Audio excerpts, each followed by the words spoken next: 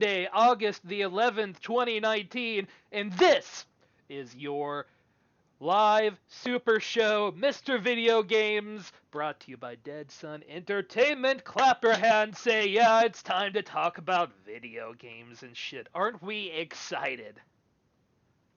D- Oh, yes.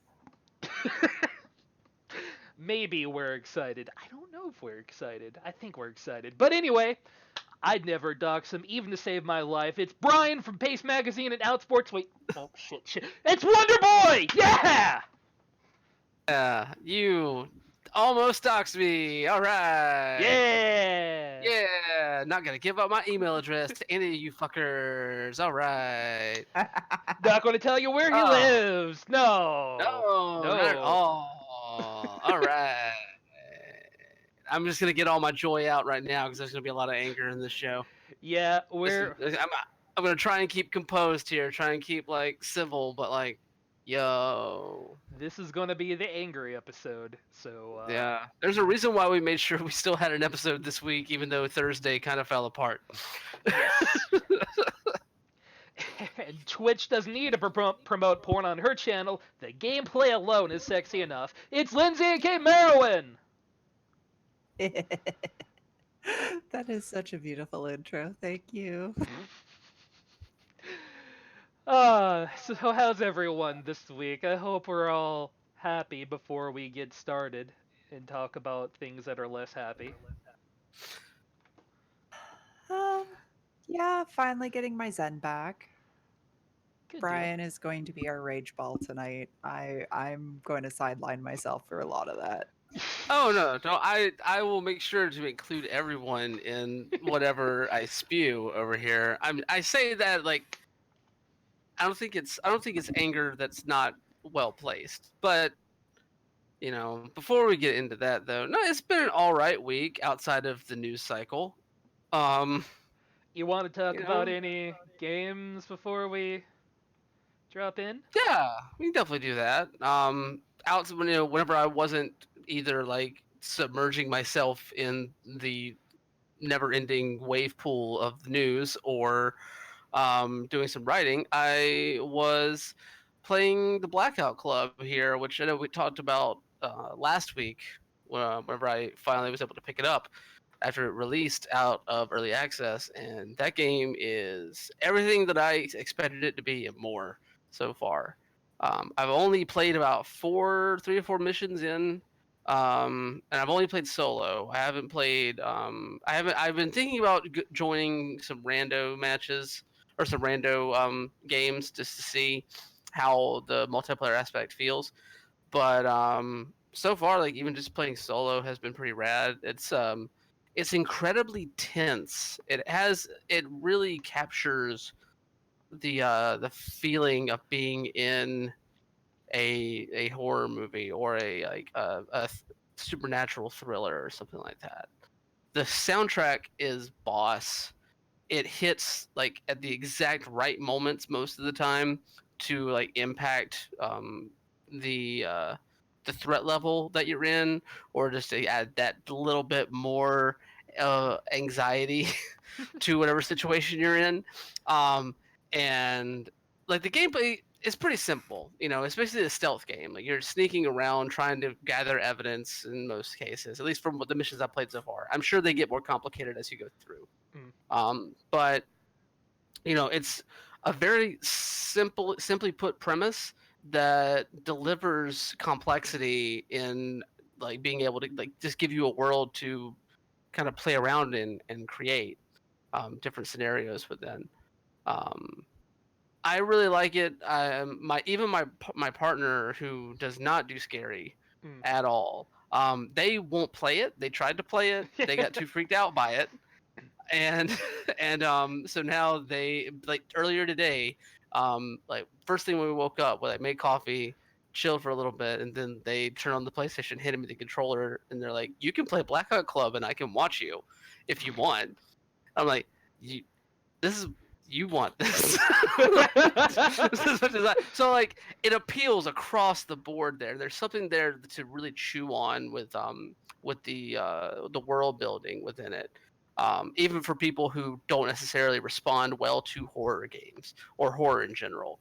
And I think that's a really huge testament to what the dudes at Question over here have created. It's outstanding.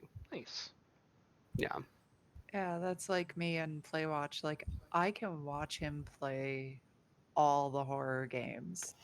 Can I play them? Hell no. Completely understandable. But how about you, Merwin? What you been up to?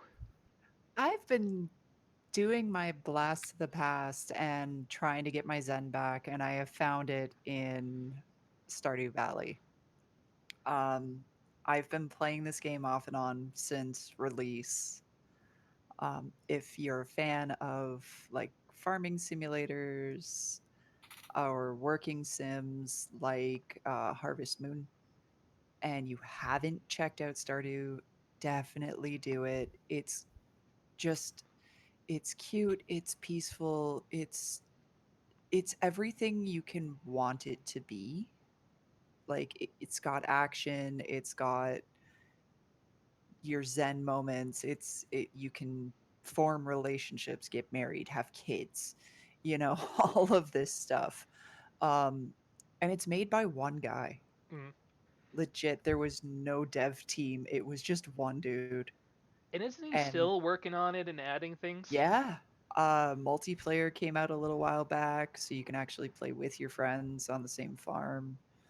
Um, it's perpetually being updated and improved. I mean, it was pretty damn perfect to begin with. So the music, even if I could find the soundtrack somewhere on like a streaming service or whatever, I'd be falling asleep to this shit all night, every night. Yeah, I wish I could play the music, but after the last few times I got striked for music, I decided not to play them anymore. um, but yeah, if you haven't picked it up, played it, do it. Like you'll lose days to this game just because it's definitely a game that you can just get completely absorbed in. I can see that.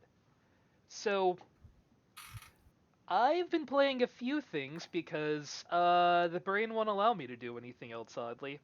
And I want to start off by talking about maybe the best game that I played in a while, and I knew this was going to be good going in. I have seen and heard things from this before, and obviously all of these trailers are in gameplay are being stolen from other channels. Thank you, Gamer Zombie, for uploading this as well. But Metal Wolf Chaos is a game that people have talked about in passing as this weird thing that happened in Japan 15 years ago, and it never hit America, and it hardly hit Japan because it was on Xbox only. It was literally built from the floor up for the American audience. And it is the most cheek, weird bullshit game that you've ever played in your entire life.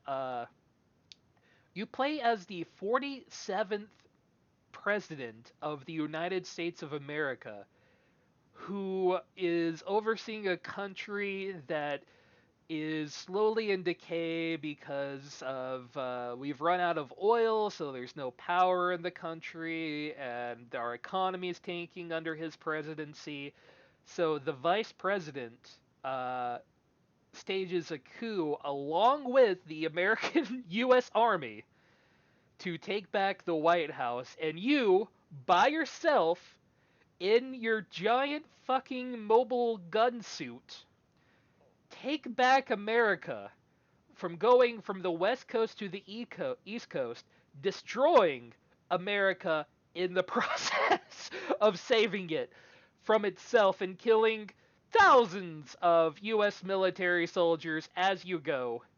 The dialogue is stupid, cheesy, corny nonsense, and that is why it is beautiful. And God bless Devolver Digital for bringing such an amazingly silly thing to the world. They left the original all the textures as they originally were, upgraded it to 4K, gave it some, mild resolution boosts, but it's all packaged as it originally was, with all of its flaws and weird 2003 gameplay bullshit intact.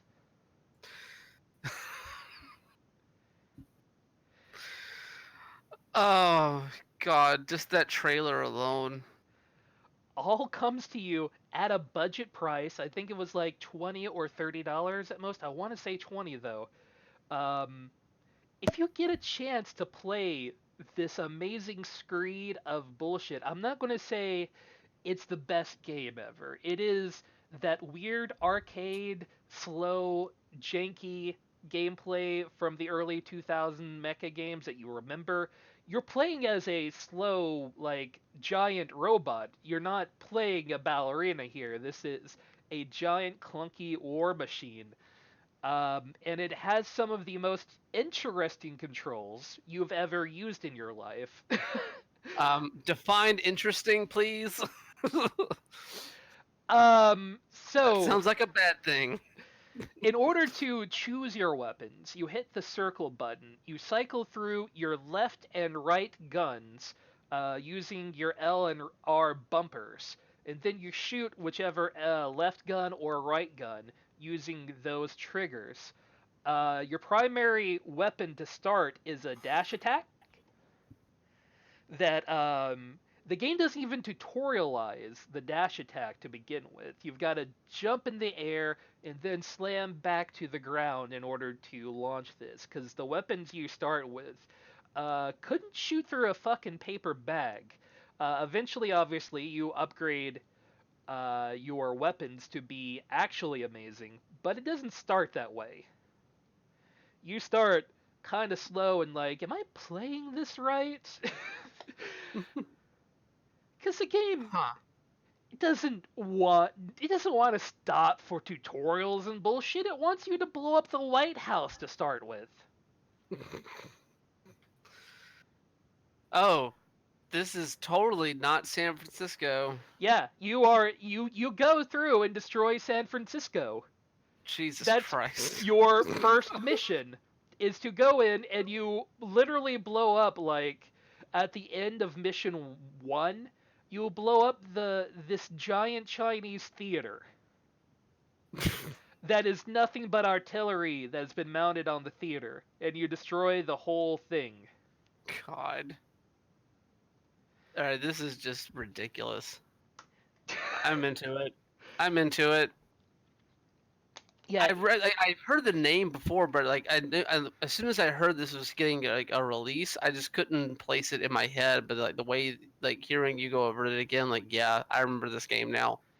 yeah, they've kept the original audio, so like the audio is a little bit bad, but that only makes it better, honestly. It I is mean, a B movie. with dialogue choices like "you be roast chicken," like yeah, I can see it. So this is basically the video game equivalent to a because we can movie. Hmm.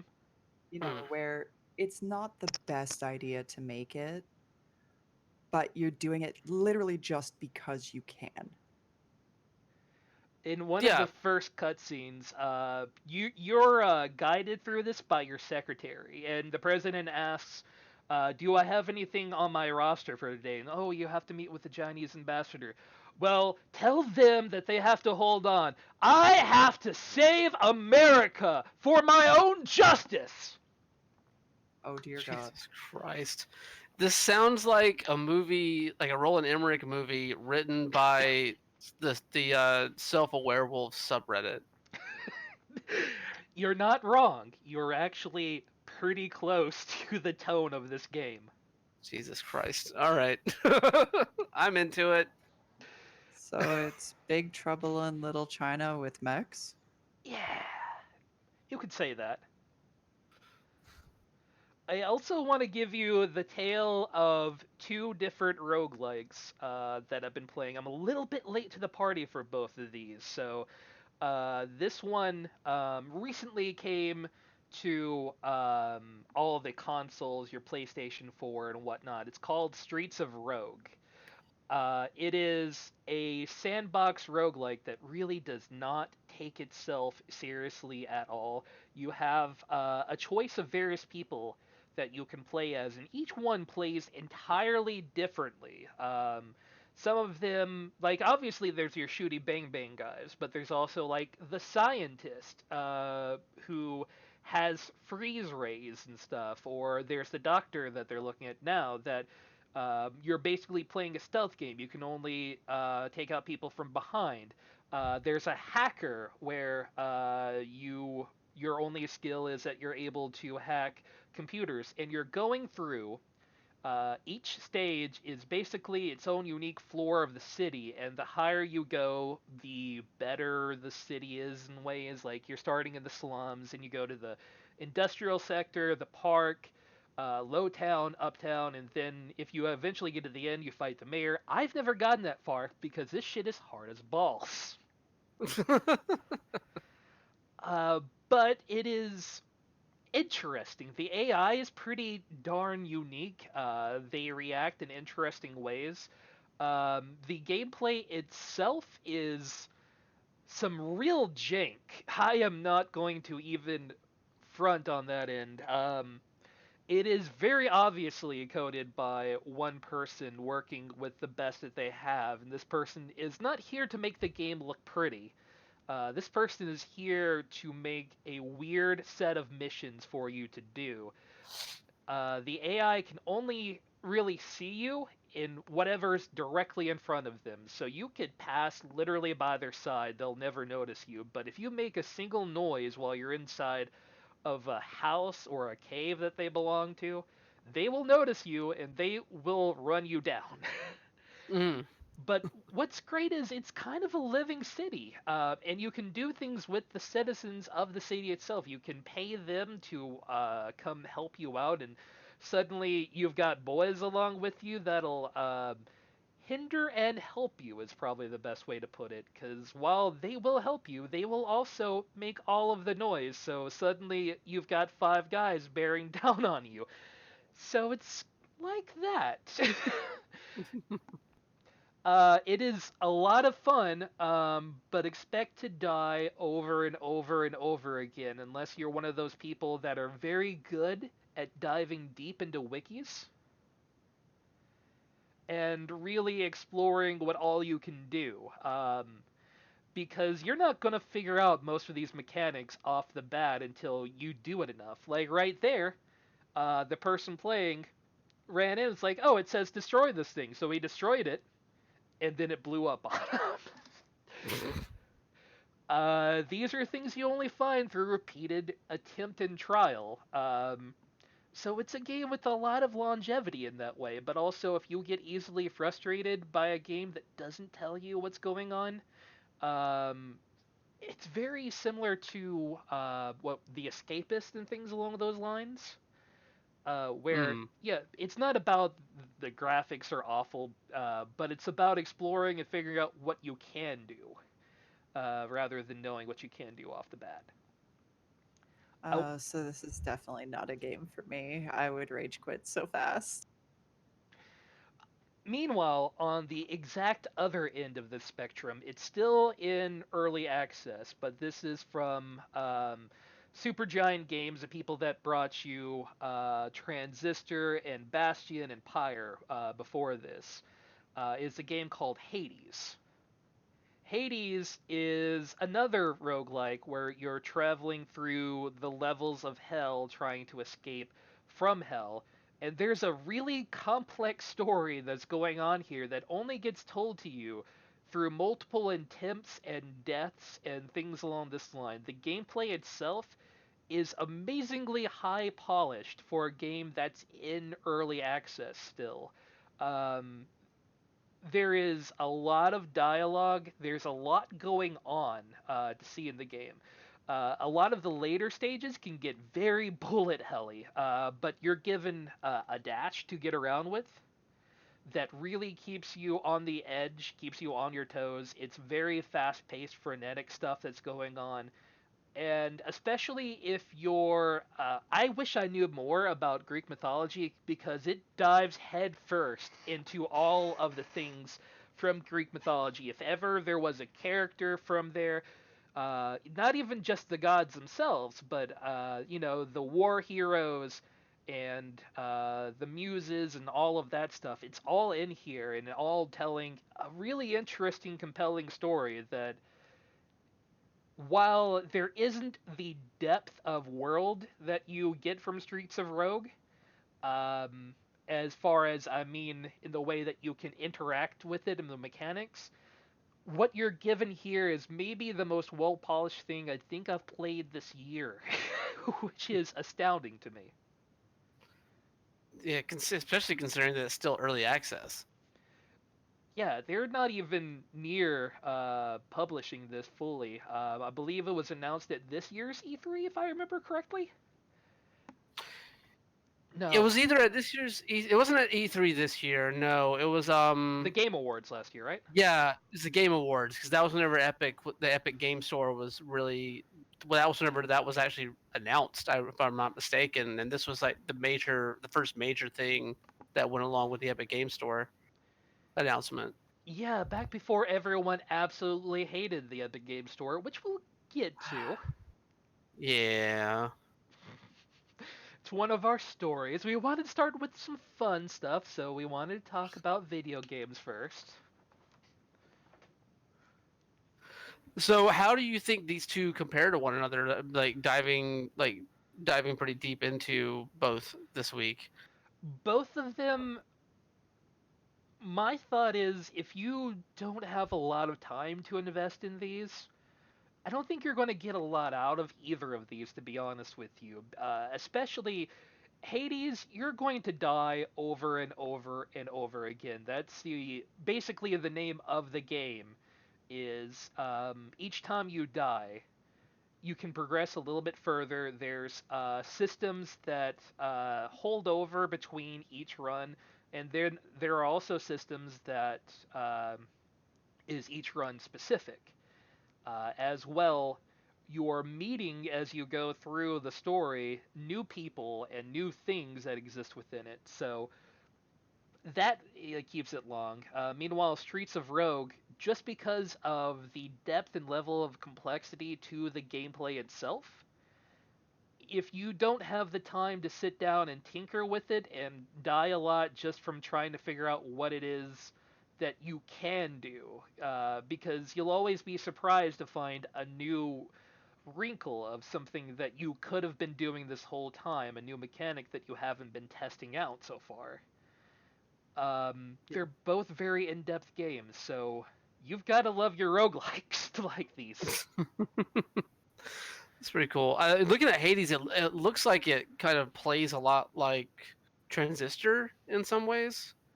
Yeah, it does Like, share. It definitely shares its lineage with Transistor and Bastion. It still has that isometric view, but it's a lot faster than either of them were. hmm. Okay.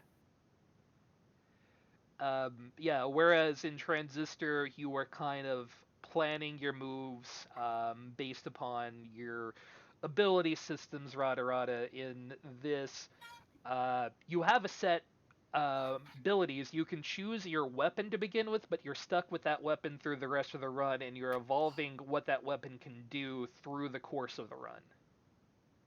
Mm.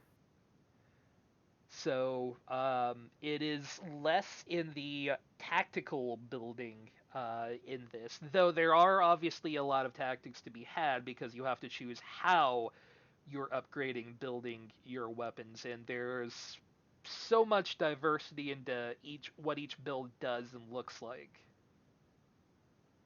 Hmm. Yeah, like even here, Charon is your storekeeper.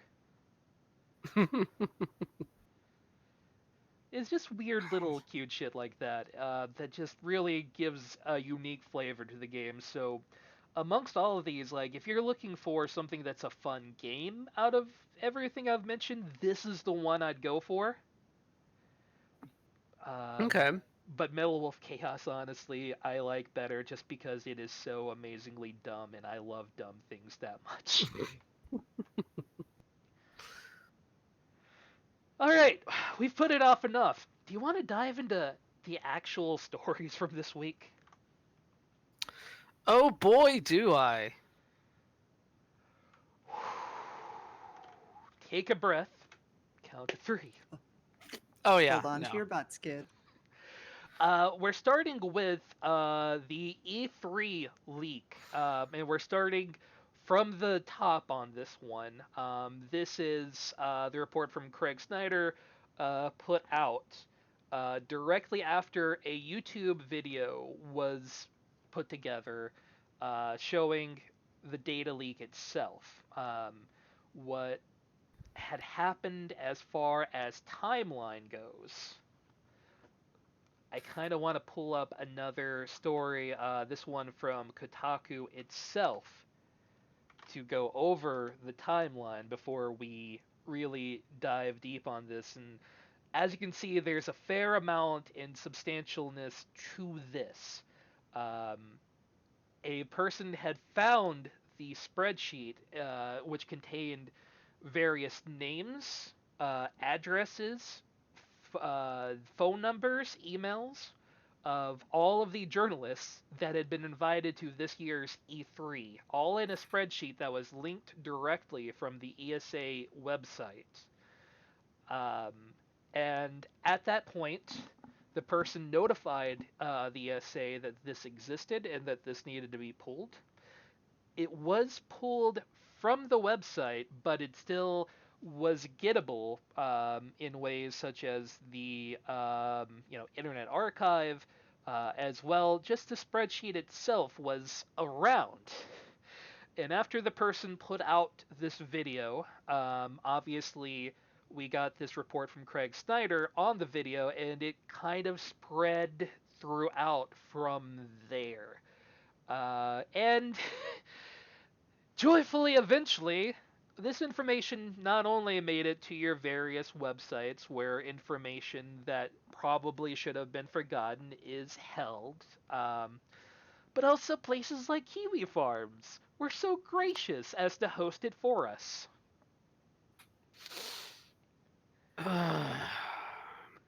I'll let the Brian go now, cause I know you're holding back the anger notes.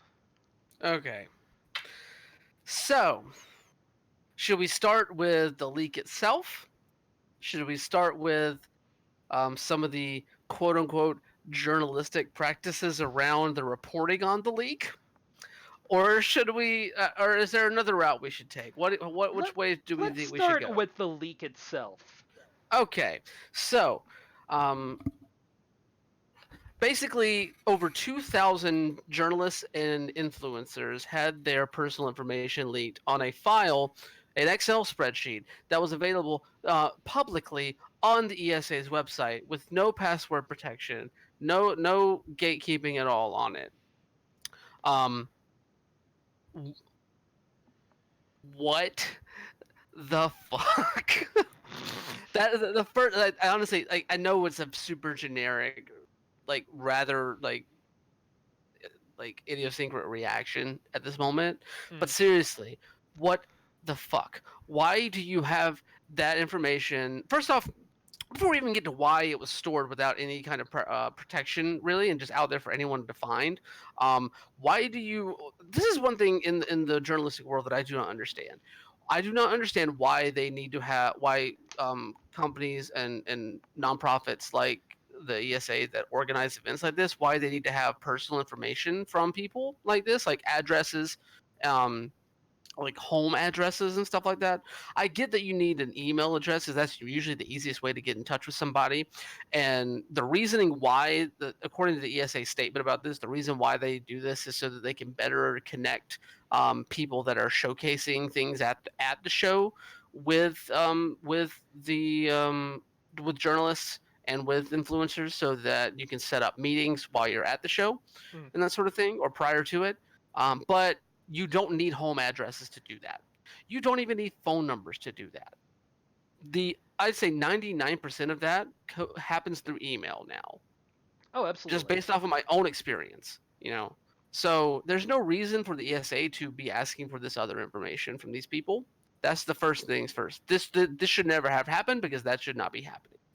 Um, moving on from that, the fact that they had this file out there for anyone to find shows a extreme form of negligence on their part.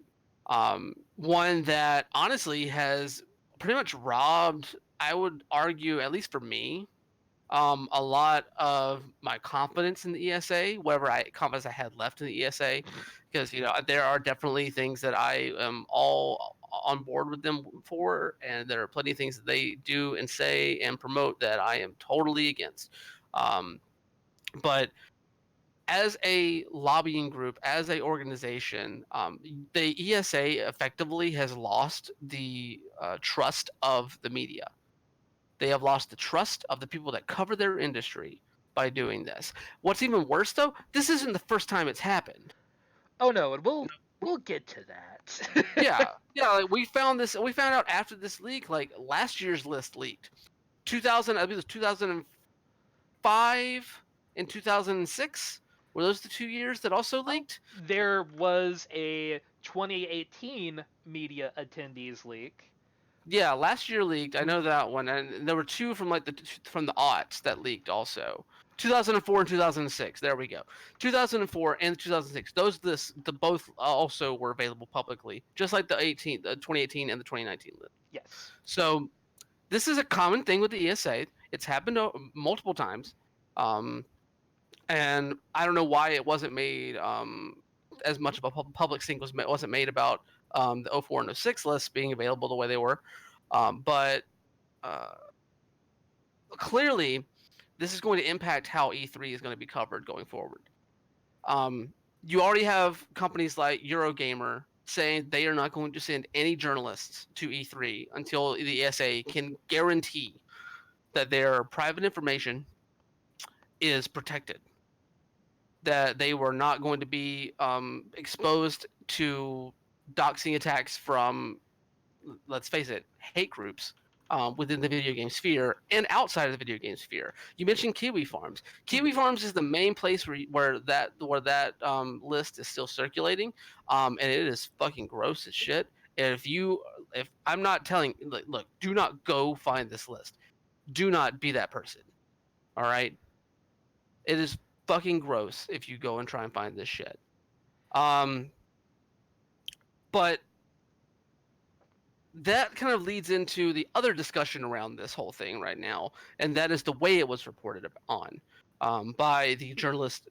I quote journalist in question, because I don't necessarily see her as a journalist. She basically, I went back and read through some of her past work after I found out who it was. One, she works for the fucking Snake Man. If you don't know who I'm talking about, that would be Colin Moriarty, formerly of Kind of Funny Games. I don't even know the name of his company now. But basically, sort of the alt-right of the video game sphere at the moment, in some ways, or at least is able to cultivate his audience from that population. So she works for him as a writer, and her past work that I have read has been extremely abhorrent towards marginalized communities and other issues of that nature within the video game sphere. So we're talking about someone who wrote for the Daily Caller. Oh, good. So yeah, I'm sorry, you don't get the J word applied to you when you do that sort of shit, especially whenever most of your pieces are columns and not news pieces. Like, sorry, there's a difference between being a journalist and being a columnist.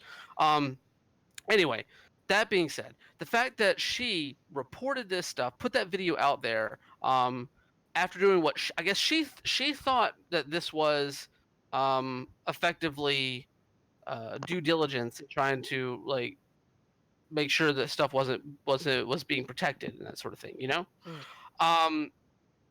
She contacted the ESA. The ESA said they had pulled the web page from it, from, like you said, it was a 404. Yeah. But the file was still available on the Internet Archive. You could still get to the spreadsheet through that page. Just because it's 404 does not mean that the file is gone. Right. And apparently that was enough for her. She made her video, and then because of the circles that she runs in, a lot of the people in the Gamergate community grabbed onto this, and now they have this information. And it didn't take long for people to start fucking using it for like reasons both stupid and likely gross. You know, I haven't really seen many reports about like really bad stuff coming out of this so far, Mm. in terms of like, doxing, swatting, that sort of stuff. But but the fact that this information is even out there for these people to use is super nasty. Yeah, so far the Um, reports have mostly been people calling these guys and ladies with prank phone calls and whatnot. yeah, basically. Um, but that being said, like a lot of the journalists in the game sphere have been rightfully criticizing this person for putting their video out before the files could effectively be taken down, and you would not expose these people's personal information to communities that could do harm with it. She has tried to defend herself and defend her actions, as well as some other people that are, I assume, share, not assume, that I've seen share her viewpoints. Um,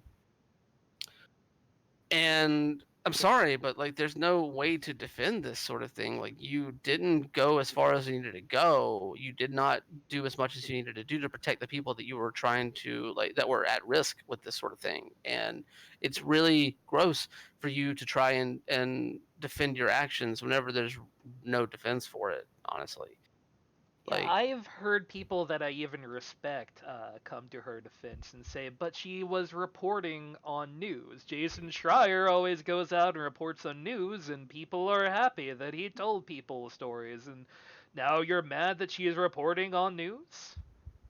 Jason Schreier makes sure to protect the people that are could be at risk within his stories, either by giving them anonymity or by fucking like making sure to hold on to a story until their information is not going to be at risk. She did not. She Yeah. wanted she chose to get out in front of this and try and break a story. And I don't blame her. Look, I understand the appeal of trying to break a big story like this. I totally get it, but you have to make sure, as one of your duties as a journalist is to make sure that the people that are at risk whenever you're reporting this stuff, that you minimize that risk as much as you can before you have to go to press. And she did not do that. She did not care about that, and she has shown in her defenses that she continues to not care about that. She's very likely the type of person that in forums would be the person commenting first on every post. Yeah. But I totally agree. Like, she should have, once she discovered it, bring it to the attention of the ESA, let them handle it, and then once she gets the all clear of, yes, this has been removed, then report on it. Well, see, that's the thing. It's like apparently the ESA basically sort of gave her the go ahead in a lot of ways because they said that it was gone. The problem is that no one checked outside of just the ESA's webpage. No one checked the Internet Archive apparently to see that it was still up there. No one checked other places to make sure it was still up there. No one data mined the webpage to see if it was still up there. You know, like there's like, and that also speaks to another issue with the ESA is how they drag their feet on this. You know, we're talking about like not really issuing public statements until days afterwards, not issuing like formal apologies until days afterwards, dragging their feet on trying to make sure that these files were taken down from any places that they could take them down from. You know, it took multiple days to get this file removed from the Internet Archive. That is so fucking gross to me.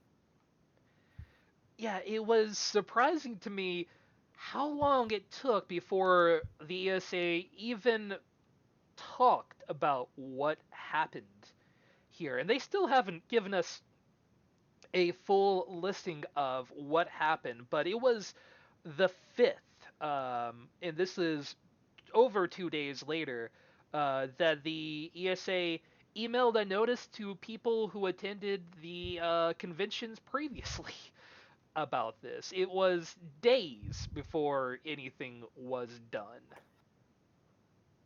Yeah. And meanwhile, I'm pretty sure these people probably knew by this point that their information had been leaked, because, they would have gotten phone calls. Oh yeah, like literally, like people were contacted like almost immediately by by the people that had seen the document. Like people within the journalistic sphere. There was a lot of communication going around. Like a lot of the circles that I run in online, like it was just this was just dominated everything. Of or like the early week last week, like the first like 3 to 5 days of last week, from the day this hit to about like Wednesday, Thursday. And I It's just know that people have their issues with gaming journalists. I understand there is some amount of something there, but for fuck's sake, this is not something anyone can take joy in. If some of the people that I disliked information got leaked like this, I wouldn't exactly be happy either. I'm not stoked when, bad shit happens to Sargon of Akkad. This is not what should be done or what should happen to people, but hey, here we are. no one deserves to be doxxed. No one deserves to have their personal information thrown out like this, against their will. Mm.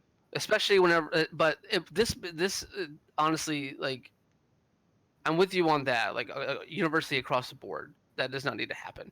This is especially gross because of the community that it is affecting.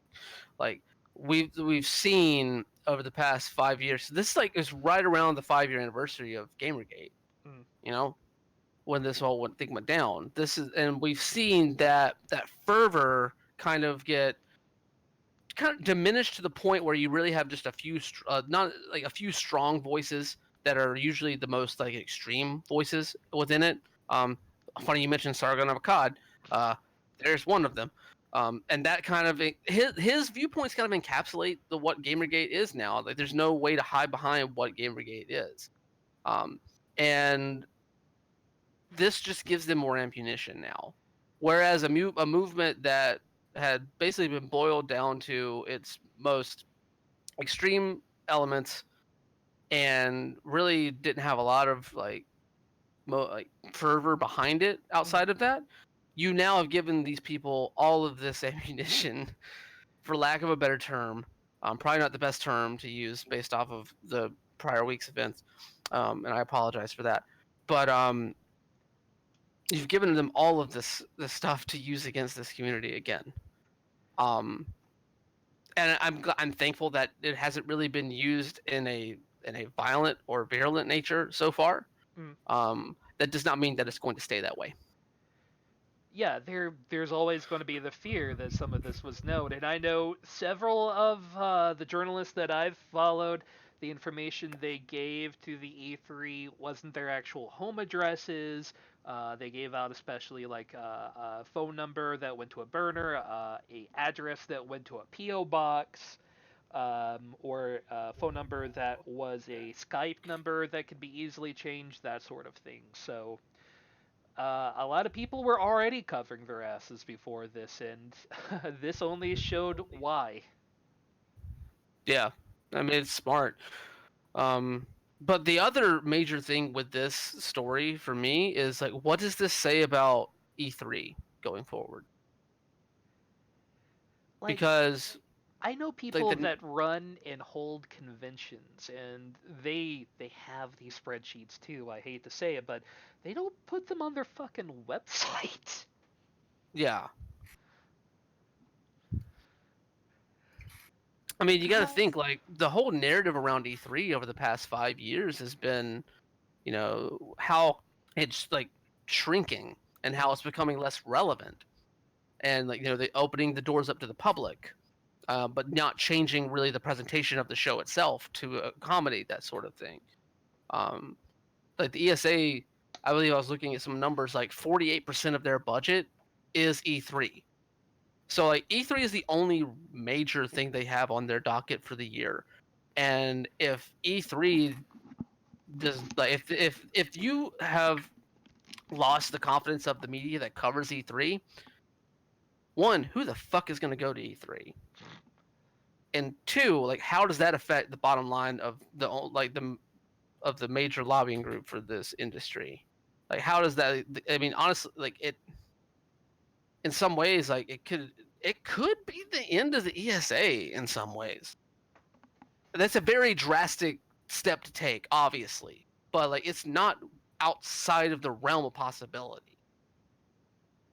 Has the ESA actually released a statement as to how this happened? Like, was it a disgruntled employee? Was it No, like, I mean, you can't just magically have like a document uploaded to a web page. Like, it has to be done by somebody. here we go. There's a statement that ESA provided to Kotaku after the whole story broke and everything. ESA was made aware of a website vulnerability that led to the contact list of registered journalists attending E3 being made public.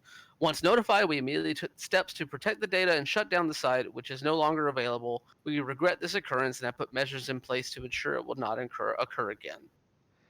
They didn't answer any questions about why the file was not password protected. They didn't answer any questions about how long the file had been available to the public. They did not answer any questions about like how or why they were gathering journalists' personal info like that. I am looking to see if I can find a further because I know they did actually release an actual apology, but let me see if I can find that real quick for y'all. Yeah, and Like, this isn't even a statement really, because let's look at the fact here. You put the file on your website, and you're calling it a leak. You're calling it an accident to that this is taken care of, and we're enhancing our security efforts. This is not even a security effort. That's somebody on the staff just was like, hey, we got this information, let's put it out there so we can make it easier for people on something. That's really it. and I mean, you look at the impacts that this could possibly have. I would not be surprised if in the coming weeks and months we see lawsuits against the ESA for people who have had to relocate and for the expenses incurred by that. Because I'm sorry, if I was a journalist and I had put out articles and received, the standard threats that you would if you have an unpopular opinion, and now I know my personal information is out there, like where I live, I'm moving. Plus, let's in Europe, there are anti-privacy laws on these things. There's already the potential now for the EU to file a lawsuit against the ESA. As well, multiple people have started forming lawsuits directly against the ESA. I'm forgetting the term here, but when multiple people join together Class to action. class action. There you go. Yeah. Yeah, a class action lawsuit is also being formed. So, hey, that's weird. But yeah, I'm having trouble finding an official statement from the ESA to begin with on what they're doing. Well, it's simple. They're not doing anything. They're going to hope that this was a bad dream and for it to blow over because, go back to a previous save. Yeah, Yeah, I'm not seeing anything new. Let me check one more place real quick if y'all want to keep going. yeah, even their Twitter at the moment is just talking about the same shit as if none of this ever happened. They're hoping to just kind of sweep it under the rug and move on with their lives. Something tells me we're going to end up seeing a statement of, in any online thing, there are risks, and it's your own fault for providing us with this information. I've got this whole horrible image that there's going to be some major gaslighting going on, and I just no. Actually, I take that back. E3 hasn't tweeted since July the 31st, so they're going dark. Okay, so this is after the 2018 leak was announced. This is their latest statement. This is to GameDaily.biz. Shout out to Mike Futter, awesome dude for putting this together. They replied to the report of the 2018 list coming out. Our top priority is to win back the trust of our media partners. We are working with outside counsel and independent experts to investigate this situation and enhance security efforts to avoid this from happening again. That's it. They Oh haven't said God. anything about why the stuff has been out there with no protection on it. They haven't said anything else additional about it. So I don't know. Like, this is still up in the air. This is still going on. This is still. I mean, this is something that could play out for years to come. Obviously. Something tells me if we see an official statement, it's probably going to be an immediate copy paste of the 2018s.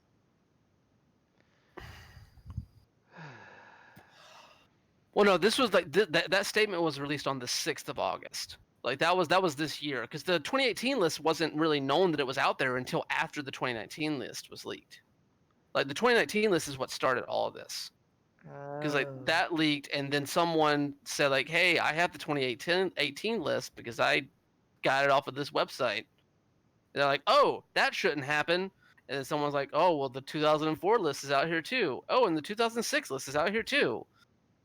Like all of this unfolded because of the 2019 list being released. So yeah, it's just God. You know, let's talk about other death threats, shall we? Because that's always a fun topic to laugh about, isn't it? Just Death brings the threats, you say? chuckles. Yeah, whoop, wrong item from the list. You saw nothing. Anyway, coming us also from GameIndustry.biz, thank you, shout out to Matt. Uh, For different reasons. yeah, very different reasons here. Uh, Ooblet, we talked about last week as our Mr. Video Games because we thought it was just kind of silly and funny.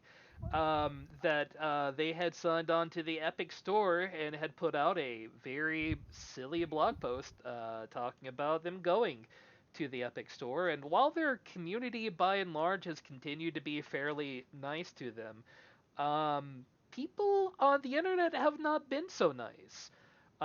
People have followed up to them with death threats, hate messages, and just all sorts of wonderful things have gone out to the Ooblets developers at this point that they have been legitimately afraid, and some of them haven't wanted to work on the game at this point because they have received nothing but death threats from the outside community. Thankfully, their own community and their Patreon have been far nicer to them.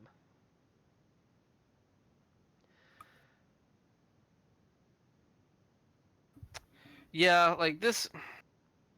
You know, we read the blog post last week, and the blog post honestly was a thing of beauty in my mind. It was the perfect way to kind of speak to this community of people that we're going to shit on them regardless of whatever they said about this, just because they had signed an exclusivity deal with Epic. And you know, I will never understand people being upset with an indie developer that is able to sign a deal that secures them financially to produce a game and to live their lives while producing a game. Like that's literally all this Epic deal is for, is to make sure that they are financially stable and that they can make a living wage and that they can pay their workers while they develop Ooblets. This, from all I can tell, dumb little fun, like watch me motion capture a fucking floss dance shittily game that plays off of physics and stuff that looks super cute. Like, um, the fact that we have these communities that feel like just because Epic is putting all of this money towards making their shop more um, attractive by bringing in exclusive deals like this, um, that for some reason is ruining the industry and is causing some people to issue developers death threats because of it is it's just it is not what this industry has ever been about. Yeah, I You know know? that Jim Sterling had put up a video before being, critical of Ooblet's response to this previously. He took it down after they started getting death threats. He didn't even want to be in any way involved with these people who have gone, if he has any way caused people to go out and draw them harm. As he even said in the video himself, he doesn't feel any animosity towards a developer that takes the deal, but he has issues with Epic itself, which is, I can understand it. I don't agree with it, but I can understand it. Mm-hmm. Well, I mean, look, issues with Epic are fine. The people behind Ooblets are not Epic. You do not channel that anger towards them, honestly. Like, that is the single worst way to try and combat this sort of thing. You want to speak, like, the same way that we could shit on the journalist and we did rightfully shit on the journalist that broke the ESA story and did not protect the people within it the way that a journalist should. At the end of the day, the blame lies with the ESA. Mm. We can shit. People can shit on Ooblets, all of the Ooblets developers, all they want. They can. They should not do this, but they can throw death threats around all they want. Um, that does not mean that they are the problem.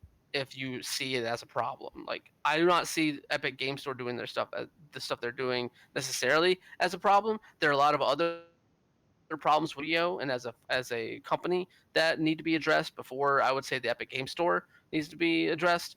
But to say that their anger is misdirected is an understatement. Um, you want to speak to power, speak to Epic. Shout out Tim Sweeney. Go to North Carolina and like yell at that building or something, you know? Mm. Don't issue death threats to them. And I'm not saying this is not a call to action either. That could come across very well as a call to action. This is not that. All right. Mm. But if you are going to criticize someone in this situation, criticize Epic. Do not go after Ooblets. I also would argue you don't need to criticize Epic because this for this deal in particular and for their stuff that they've been doing with exclusivity, there is nothing wrong with it. They are creating a better marketplace. If you're going to, we are in a capitalist nation. Like that is where we are at right now. That could change. Who knows? But for now, that's where we are. This is capitalism. This is what these people want. So you can't have it both ways.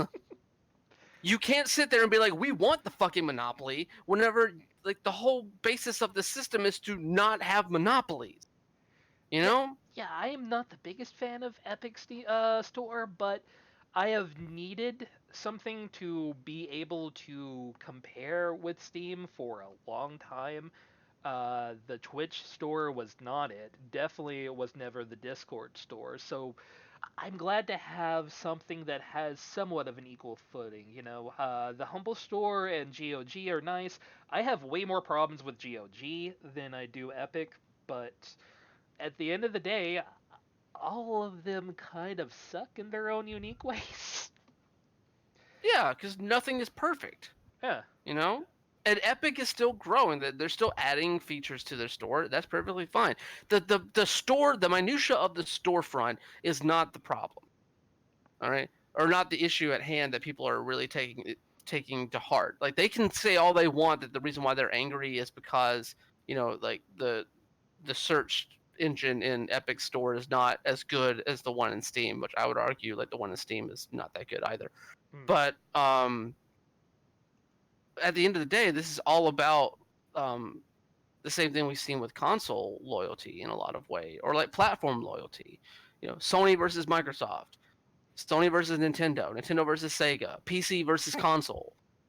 This whole community is divided and into these arbitrary wars where they represent and promote like the interests of companies that do not give a fuck about them beyond the dollar they spend. Like it will never not be odd to me how people can sit there and like claim loyalty to a corporation as a badge of honor, you know?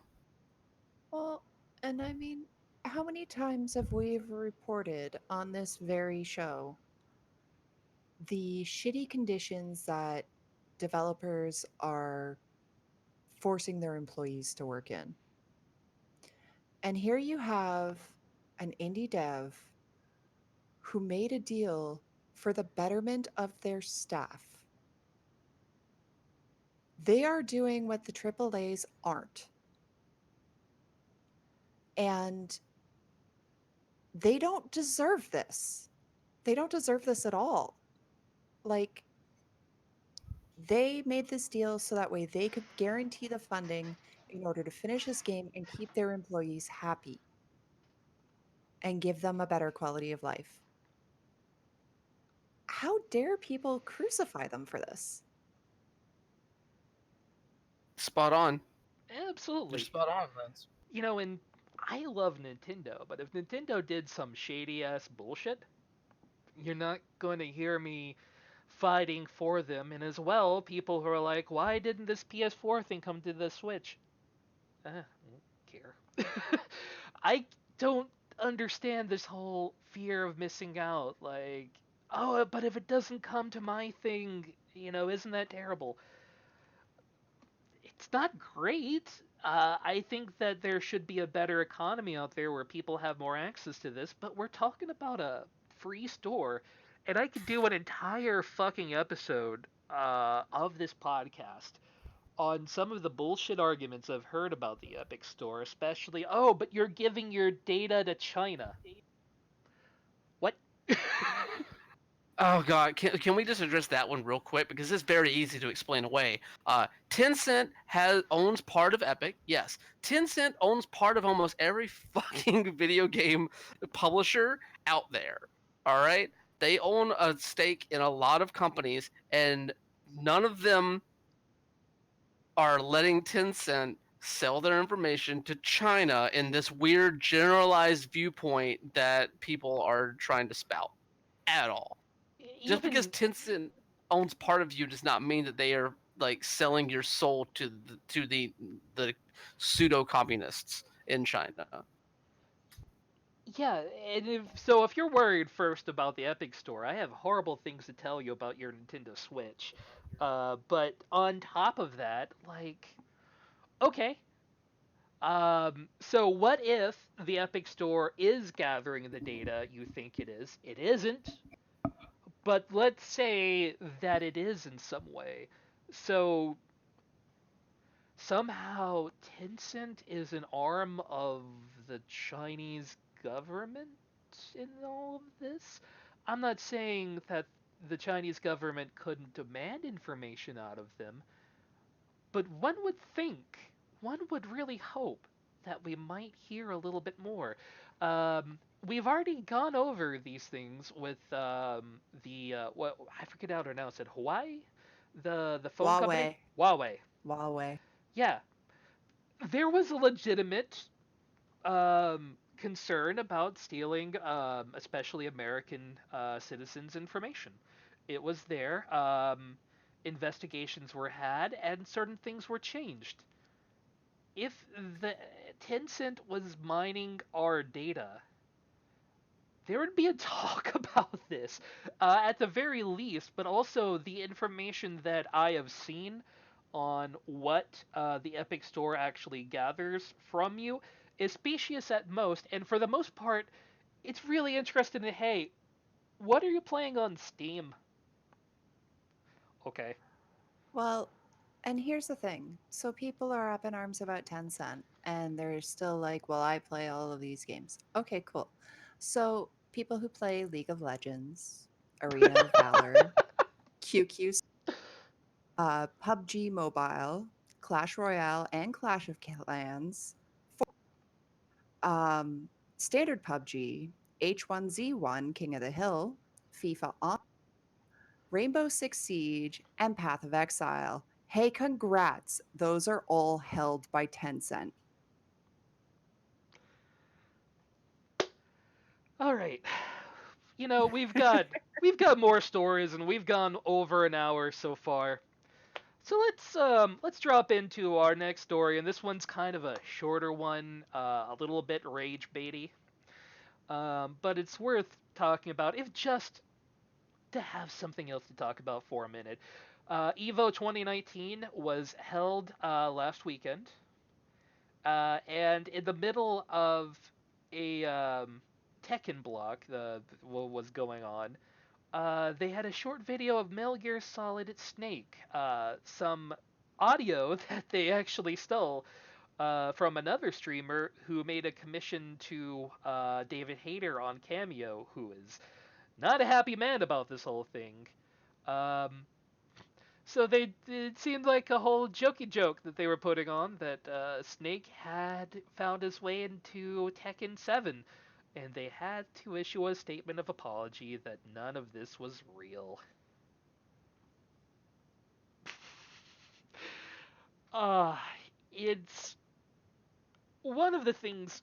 Okay, yet again, I hate that I have to say this after literally anything, and we don't have much of a reacher audience, but it's worth saying every time.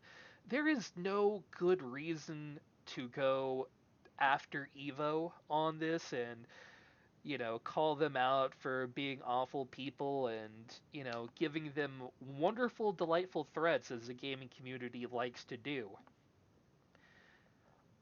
But how in the fuck did they not know that this was going to bite them on the ass?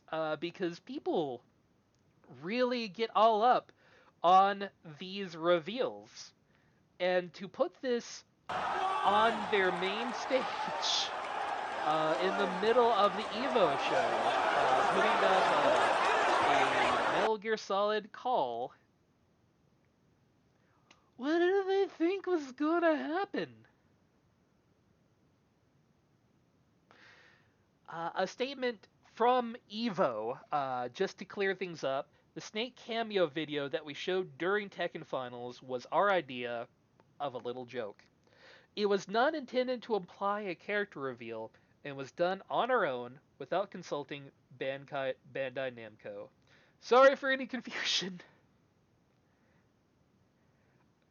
Um, Tekken producer Katsuhiro Harada basically said along the lines that he was surprised by the video, and by especially he was surprised by the fan anger over the fake announcement. Uh, but my favorite part had to have been David Hayter in all of this. Let me find his statement real quick here. There we go. Evo, you have failed to consult me or Konami. Please do not use my voice to promote other games. Ever. David Hayter. Wow. That's just precious. Yeah, and anyone who knows, like, has followed David Hayter for any amount of time, I have never heard David Hayter be mad about anything. He has retweeted all of the fan stuff that has gone to him, and I expected of all people he would be the most, oh whatever, that's silly. But yeah, when your voice is your livelihood, maybe it's a good reason to be a little annoyed. Yeah, you tend to get a little bit overprotective. Just a little. Mm. But that was, a quickie. Just a little something to wet the whistle before moving on. With another kind of large one here. So, what had gone on with Borderlands 3? You may have seen, especially if you're on Twitter, Boycott Borderlands was going around earlier in the week. Um, How did I miss that? That's a good question. A YouTuber, let's see, what was his name? I know his last name is Sommers, but Sup Matto, that's it. Sup Matto, Matt Sommers, has been for quite some time posting hype videos for Borderlands, and whenever there's any news, he especially seems to get an awful lot of leaked information that he puts on his YouTube channel. But after this last one, Take Two decided to send private investigators to his house directly. And while they were doing this, they blocked multiple videos of his on YouTube, effectively taking down his channel for a few days until they released all of the claims but one on his various channels. As you can imagine, the man got a little bit afraid after having to speak with private investigators. Clearly, if a private investigator comes to your house, you don't have to talk to him, but if you don't know your own personal rights and you just see a guy show up who starts asking you questions, I can understand why he would respond to this gentleman who showed up at his house. The gentleman even, introduced himself, said what company he's from, uh, who Matt eventually pointed out who it was. So there you go. People have been looking to boycott Borderlands 3 since, and it's without surprise. Now, could Take Two have done worse? Oh, they absolutely could have done worse, but this basically it would be very threatening to have a private investigator to show up. And really, the way that he found the information that he has was fairly straightforward. That they had been testing out various features with Twitch on a private channel, but screenshots of what appear as the thumbnail for the video. So people data mined that information from screenshots that appeared on Twitch, which really more to me says that there are problems with Twitch's own security than anything else. Okay, so here's the issue. Sorry, I had to duck out there for a second. I had some audio issues there. Here's the issue with this. Data mining stuff like this is not that there's no issue with that. I take no issue with that. I think a lot of people have not taken issue with that. The fact that you have to run stuff on Twitch to test these Twitch extensions, so Right. that these thumbnails popping up, like you said, it's perfectly explainable. There's no reason why that wouldn't be out there, and there's no reason why people can't report on that. For the longest time, screenshots were a major pillar of the games journalism industry. Like just imagine, remember all those like screenshot dumps on GameSpot back in the day, like, and they were the Yeah. biggest thing around. Where this really gets into a place of like grossness is where, and I want to make sure I get his name right again. Submato, is that his name? Yeah. Yeah. Submato was using these Twitch extension details to direct people to a private Discord server where he was charging people for more information on Borderlands 3. He was charging people, I believe it was $5.99 for admission into this private Discord server where he would like have more information and more details about Borderlands 3. That goes against Discord's policy. Yeah. And that's why sorry, let me step up you there, Linz. Oh, no, Go no. ahead. Please continue. So that's why, his Discord account and his Discord servers were deactivated. So whenever he is sitting here at the end of this Kotaku article where it reports about the Discord server, he's saying that he didn't get any information, like they didn't tell him anything other than that his account was involved in selling, promoting, or distributing cheats, hacks, or cracked accounts. That's because basically what he was doing falls under that in some way. It's not the exact things that wording is not the exact description of what he was doing, but what by taking these like data mined materials from Take-Two's product and trying to profit off of them, that's where this falls into a place where Take-Two had an actionable stance. And that, I feel, is why you have private investigators going out to his house, and why he's been radio silent on social media and streaming platforms since this has happened. Take-Two has reiterated that they are not looking to file charges against him. They just wanted him to stop doing what he was doing and trying to profit off of their material. Um, and for what it's worth, Take-Two definitely they have not been the most lackadaisical about being about litigation when it comes to these sort of things in the past. I would say that them and Nintendo are probably two of the more notorious game publishers out there in terms of going after people for copyright issues or other things related to the dissemination of their products. Um, so that being said, I could Take-Two could have sent private investigators to Submato's house before knowing about the Discord stuff, but really there's no place for Submato to be defending himself whenever it comes to the Discord server stuff. That eliminates any real stance that he could have taken where he was completely innocent in all of this. Yeah, I mean, the Discord server, there were smarter ways he could have gone about it because, Twitch has sub-only streams. You're guaranteed $4.99 a month from Hmm. those people. I mean, 50% of $4.99, but you know what I mean. Yeah. Um, so he could have gone that way, but it would have been even easier to catch him because all it takes is for Take-Two to have one employee who has a sub.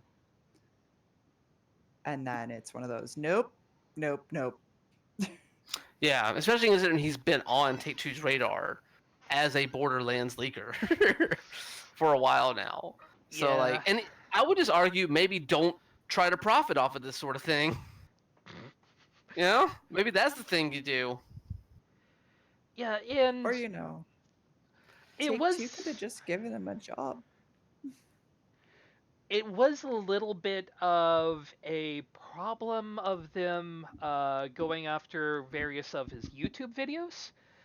That's a little bit of a problem, but to suddenly jump from that to boycott Borderlands 3 when there are so many reasons to boycott Borderlands 3 if you really want to, way further than Supmato's videos, especially when we start talking about Randy Pitchford and his magical tricks that he has. Shout out to Medieval Times.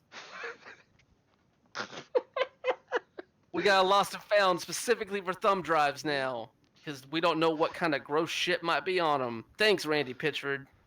Thumbs up. Oh boy. So yeah, if you want to be mad at, Borderlands 3 for especially Randy Pitchford, but also some epic things. Or you could even be mad at them for taking down some of his videos, but man, that is such a low item on the list of things to be mad about as far as this all goes. So,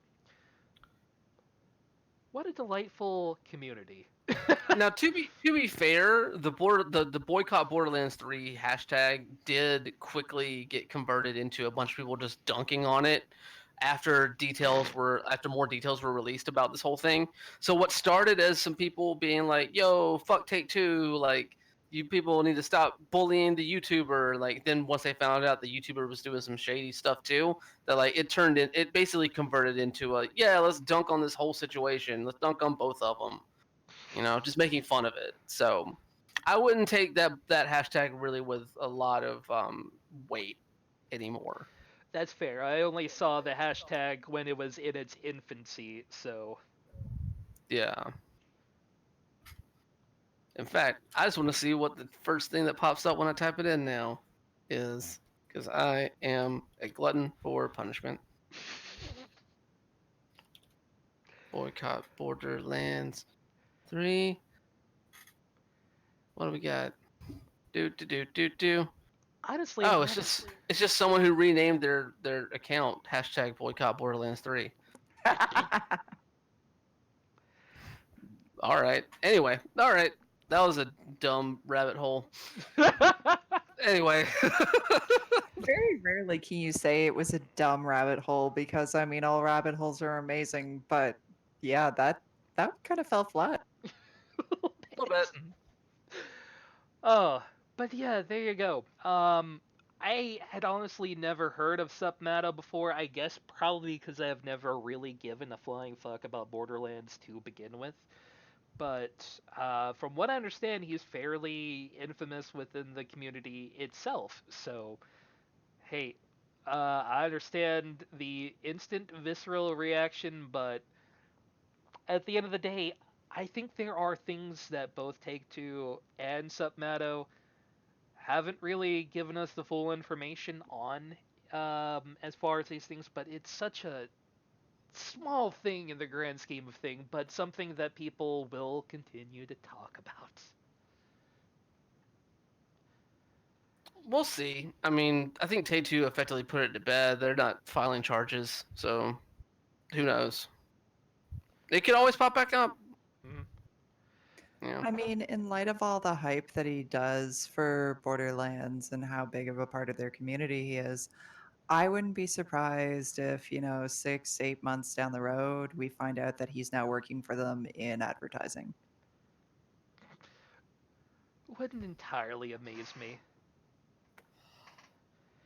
Either way, now's the fun time we get to. If you thought before we were going into the serious politics land, we didn't really hit full stride yet. So, one of the most wonderful things about doing this show is normally we never have to talk about real politics on the show. Um, because real politics are scary, and while I certainly have written on them before for various places, it's not something I've ever had to put my voice into, really. But here we are, and as most people are aware, there were several instances of gun violence in America last week, which has led to some very strange reactions. And we don't have really the time, depth, or scope to get into the entirety of the debate, but some people have looked at this and gone, you know what the problem is? Violent video games. You Not, say some people, let's call it who it is. It's the GOP. Again. yeah, it has nothing to do with maybe a culture or the availability, but instead, let's talk about violence in video games. Again, because why not? So we're starting off with ESPN's coverage of the Apex Legend tournament. The tournament already took place. It was, primarily aired on Twitch and other gaming outlets. Various YouTube channels that ESPN has. But they were going to air, I believe this weekend, in fact, a series of collections of highlights from the tournament. Just here were the top bangers from this previous item, and since the president has blamed mass shootings on this violence, they have decided to postpone this until October, when another gun shooting will surely happen in America, and it will be delayed instead to 2020.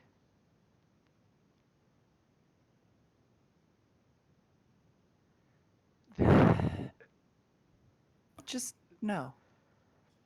I mean, sure, I can understand delaying it out of respect, but delaying the rebroadcast out of like would you not air the trap shooting from the Olympics if there had been a mass shooting?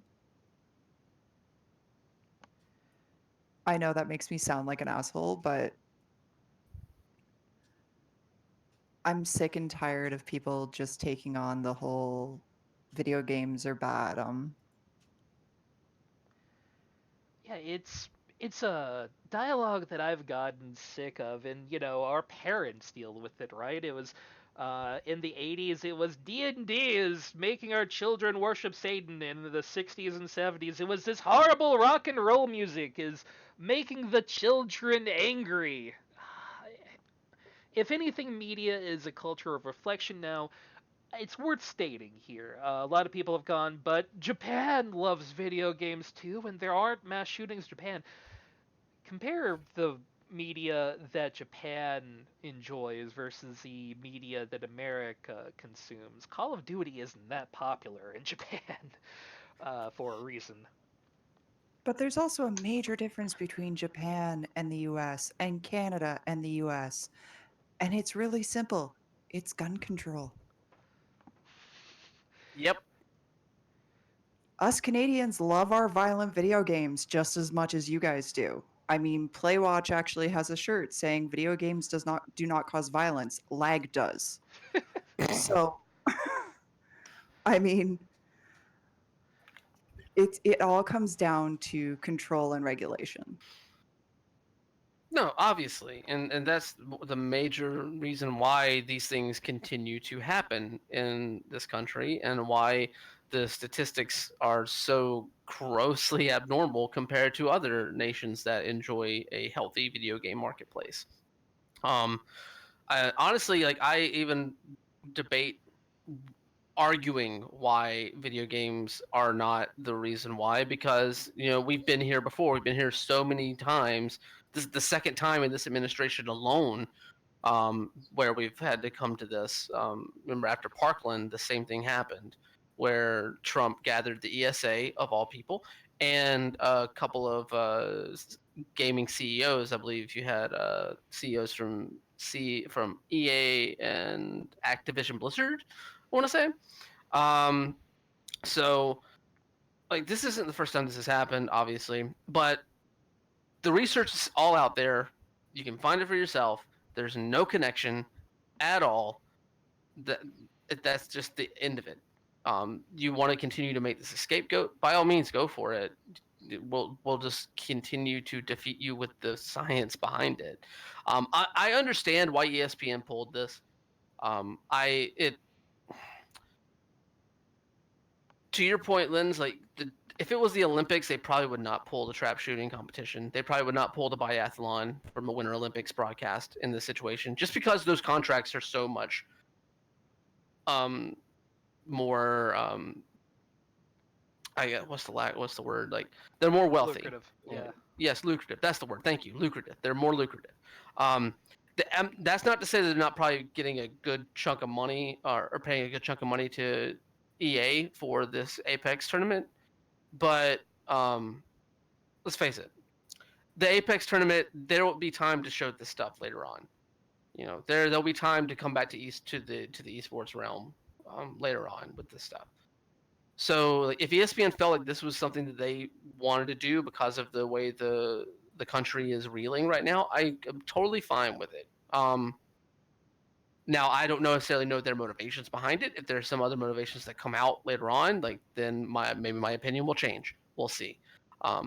What's grosser to me is the other story in this little section that we have. And I don't know if y'all are fine with moving on to that one Yeah, real quick. let's go ahead. Sure. Because this was a bit of a primer. Yeah, this was the one that really set me off with this issue.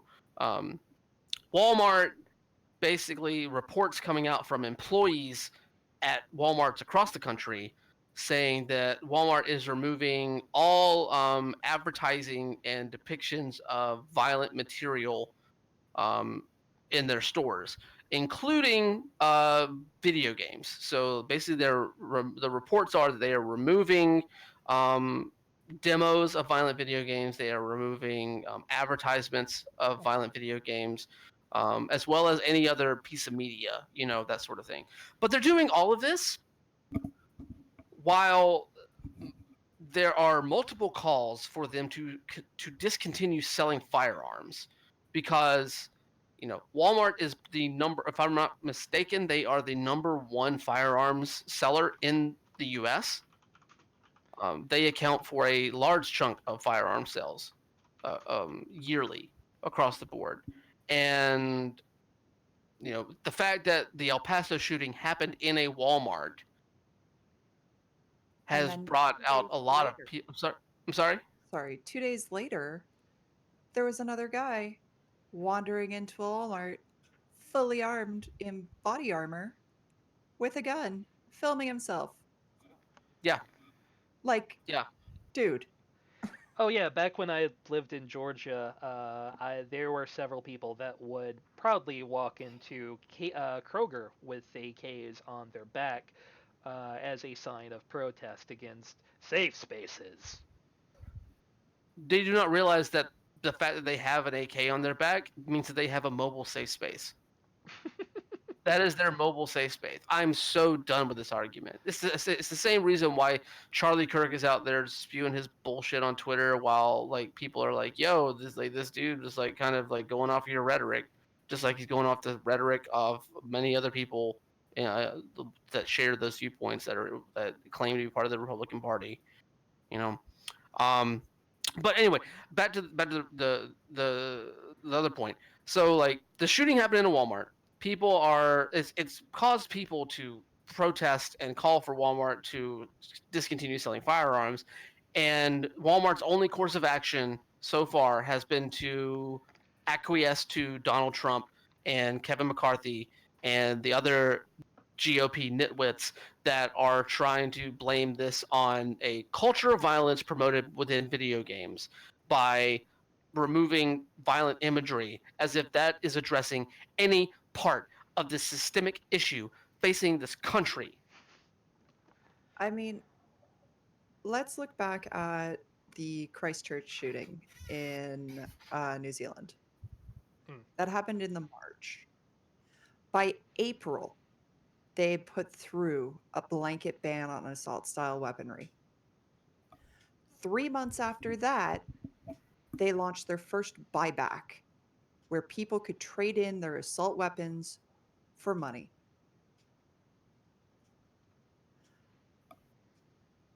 What is stopping the US from doing this? Like, I'm saying this as somebody from the outside who's looking in at this and just shaking their head because seriously, if one country could do it, why can't yours? Admittedly, buybacks in America would be far harder because there's way more guns per capita than New Zealand had, to say the least. No, you're not wrong there.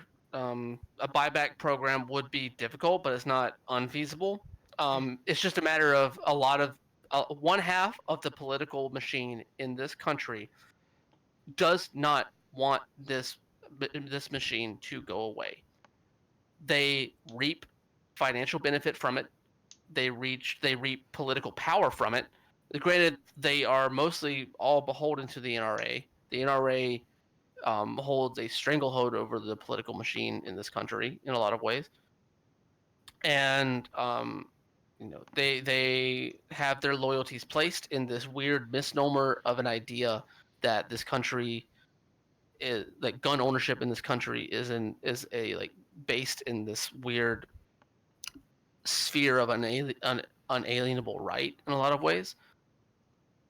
Like it's easier to get a gun than it is to be able to drive a car Mm. in this country. Think about that.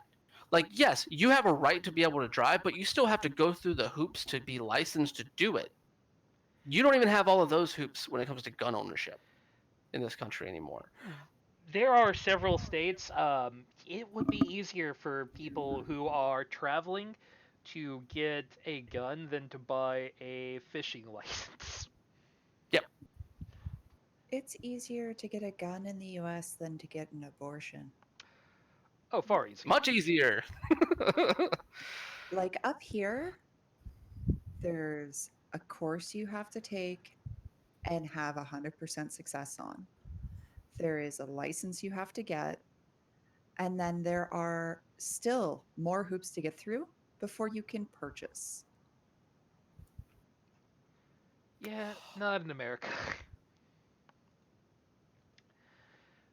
And I do want to thank IGN for especially being the main place that there was a lot of misinformation that was going around as far as saying that Walmart was completely removing violent video games in entirety, which Walmart representative said they have not given any directive to remove video games from the shelves. That being said, there are certain Walmarts that have taken it upon themselves to self-regulate and sell less violent games they would consider violent video games in the interim few weeks. That is not something that has not happened, but it's not a mass corporate thing.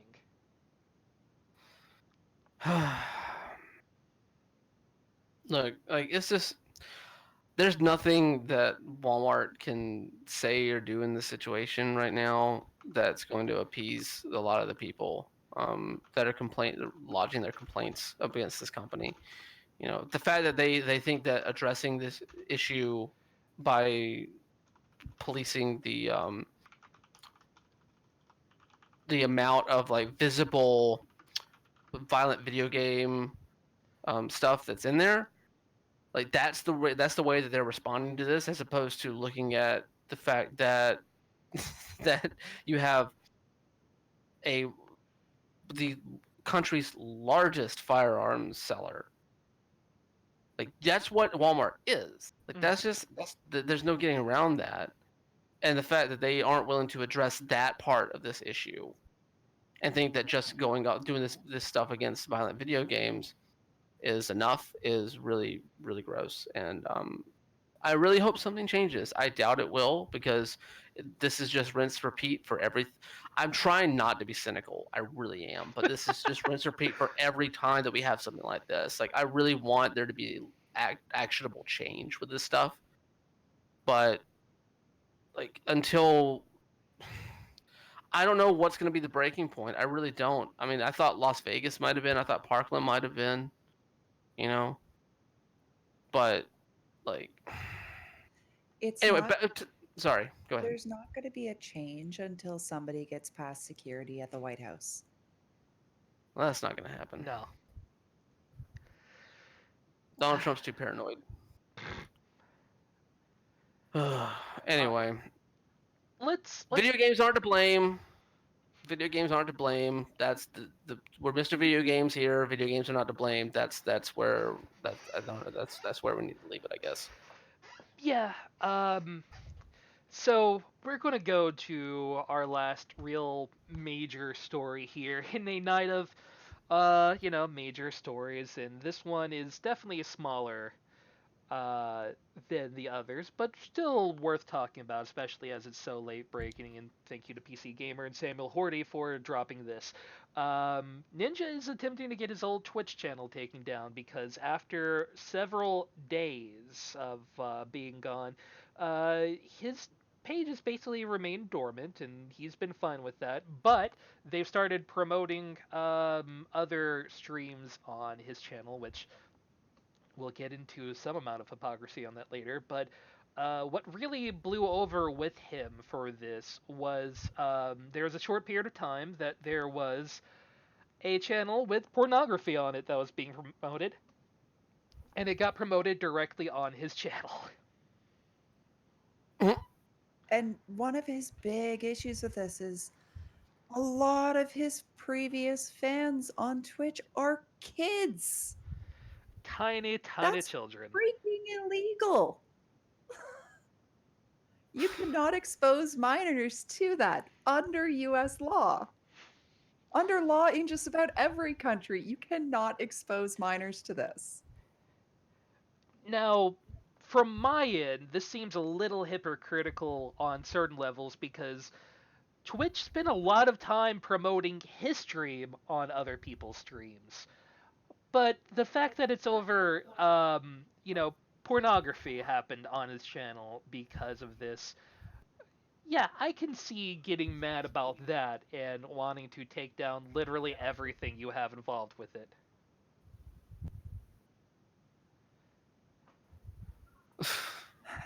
I This is just, I mean, good for Ninja for bouncing and moving on. And apparently, he's already, after only 1 week on Mixer, at 1.5 million subscribers, Fuck. right? Um, but like, this is just wrong. You Twitch has to really start cracking down on this bullshit because, yeah. Yeah, after the whole incident they had with the shitty Steam card game community being overran with pornography and the whatnot, you, Twitch really's got to double down on how awful its community can be. I mean, I've been asked if I'm going to go stream on Mixer. I won't, Mm. based on their dress code. The tank tops that I typically wear during my streams are not allowed. Like, legit, they have a high school dress code for streamers. Yeah, and you don't yeah, have there was some AC. reporting about that this week. Yeah, I don't see 'Cause- you being able to stream that in your house until, like, yeah. Until I have air conditioning strong enough that in the middle of a 95-degree summer, I can wear a full parka and not die. No, I'm not going to Mixer. Also, I've worked too damn hard uh, at Twitch. I'm not switching now. no, like this whole situation is just really messed up for like on Twitch's part. Like, there's no reason why this sort of stuff should have been recommended on that page. I get the tool, but of course it makes sense they would test that new tool on Ninja's channel because obviously some people will still be going there. As you know, our chat here's talking, like there's still plenty of people in the chat on his offline channel. So like it's so weird. Like, it makes sense that they would do that. You get a lot of eyeballs on these other servers that are going to carry on the Fortnite streaming on that channel, Mm. um, or on that platform going forward. That being said, obviously this thing still has some kinks to work. Pun, um, Oh my god. like yes, um, they. I'm glad that the CEO of Twitch, Emmett Shear, came out said that they did permanently suspend the account that was showing pornography on Twitch. They pulled Ninja's channel from testing this new tool, this new offline recommendations tool. They've clearly like backtracked from this whole thing, but I don't know. Like, it's just so odd that I don't even know. I it's just it's just dumb, and Twitch needs to get better about policing their service. They need to get better about like paying attention to what happens on their service and actually like showing that they care about this stuff preemptively Hmm. in a lot of ways, you know? So, thanks to our chat, I just pulled up Ninja's channel in another tab. His chat, yeah, it is still active. I just watched somebody resubscribe. All right. He still is listed at 14,716,154 followers. Okay. And his chat is still just booming, and it's currently in slow mode, and it's listed as a followers only chat, and it is still just booming. Like, what the hell? Yeah. bless you, Twitch, for being so goddamn weird. And like his Streamlabs account is still attached. His Nightbot account is still attached because I'm seeing the auto mod pop up every now and again. And like his current title on there right now is mixer.com/ninja. Good on him. So I'm kind of a little broken right now. I'm actually a lot broken right now.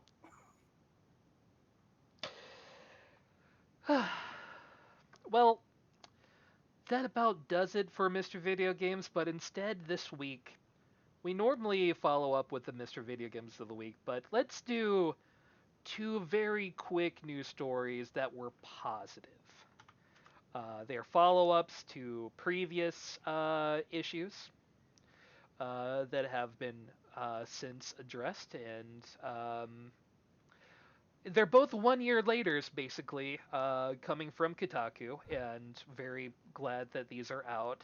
Starting with Riot Games, makers of League and whatnot. Um, the bro culture that was very toxic and very bad at Riot Games has been something of a long conversation. But from all talks from current employees, that culture within the company has made significant change. And the people who had been previously quoted from this, and anonymous people within the company, but still the same people who had complained to various news outlets previously on Riot's actions, are saying that the company's gone a long way and put its significant investment into being a better place to work. So that's fairly positive, and as you can see here, it's quite a lengthy article.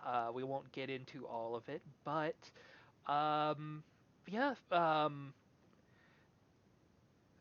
from what their employee, I think, put it best here in this paragraph. Moving on, you're going to go into marriage counseling because something is wrong in the marriage and you want to make it work.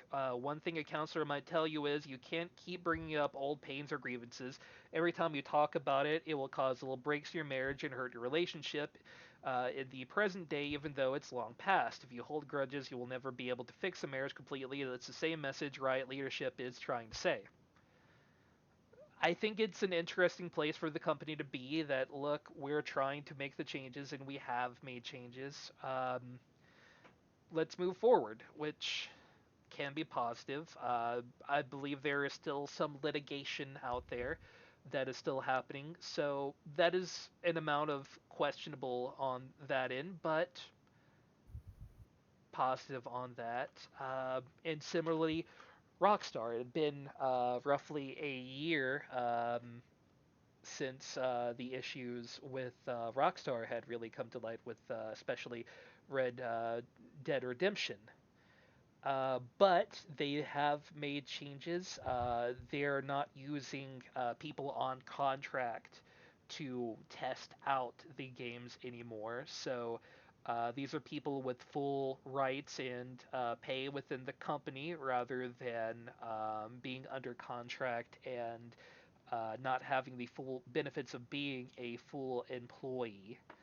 Um, and while attrition at the company has been high, it seems to be leveling out at this point. So there's been less of the multiple hours in crunch, but then again, they are in the middle of development.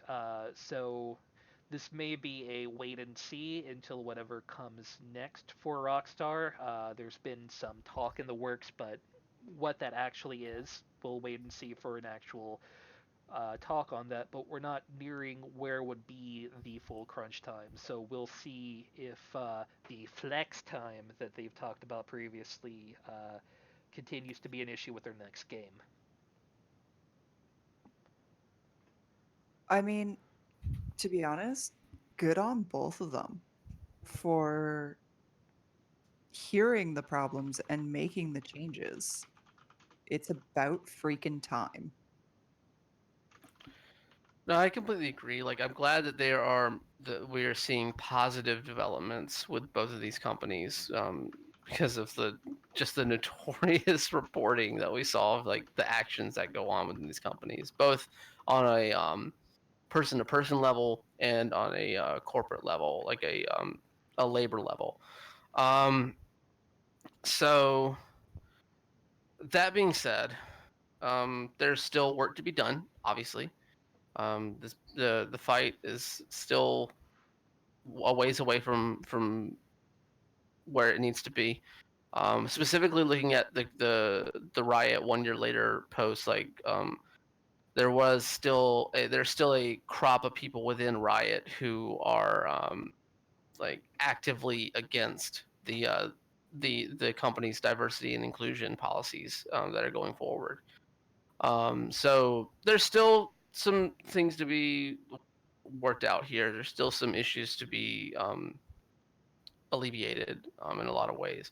But that does not dissuade anyone from looking at the positives that have come out of the reporting around these two companies and the work that's been done within these two companies by the workforce, the diversity officers, like the people higher ups understanding that maybe some changes need to be made, or not maybe, definitely some changes need to be made. Um, so good on them for this, but don't let it end here. Don't ever let it end here. Absolutely, and I think that's the takeaway from this is positive change is positive, but we have to see if they actually live by their word now. Especially Rockstar is going to be one to watch now when they come out with a further game. What will be the news line then?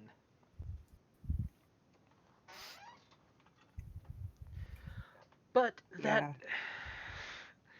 that has been Mr. Video Games for August the 11th, 2019.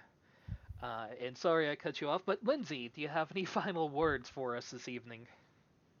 Um, Honestly, I think like we've went really heavy today, and thank y'all for sticking with us. A lot of this needed to be said, a lot of it needed to be addressed.